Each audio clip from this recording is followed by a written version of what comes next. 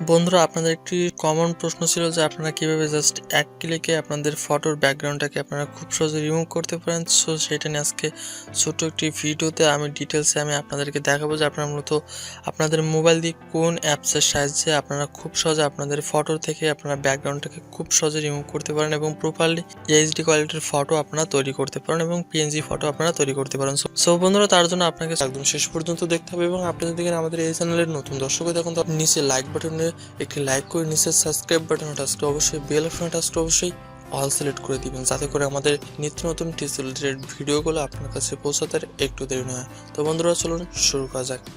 Just আপনাকে সর্বপ্রথম সেই অ্যাপ্লিকেশনের মধ্যে ঢুকতে হবে। সো সেই অ্যাপ্লিকেশনটা আপনারা কোনভাবে ডাউনলোড করবেন একদম ভিডিও শেষে আমি পার্ট টু পার্ট দেখাবো। সো আপনারা সর্বপ্রথম সেই অ্যাপ্লিকেশনের মধ্যে ঢুকবেন। সো অ্যাপ্লিকেশনের মধ্যে ঢুকবার পরে আপনাদের সামনে একটা অপশন আসবে আপলোড ইমেজ।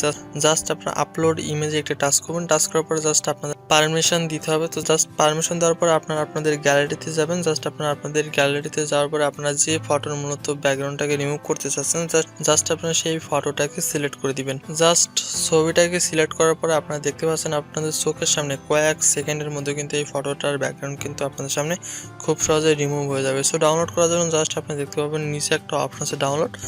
জাস্ট আপনারা ডাউনলোড অপশনে টাচ করলে কিন্তু খুব সহজে কিন্তু আপনাদের এই ছবিটিকে কিন্তু সেভ হয়ে যাবে আপনাদের ফোন গ্যালারিতে।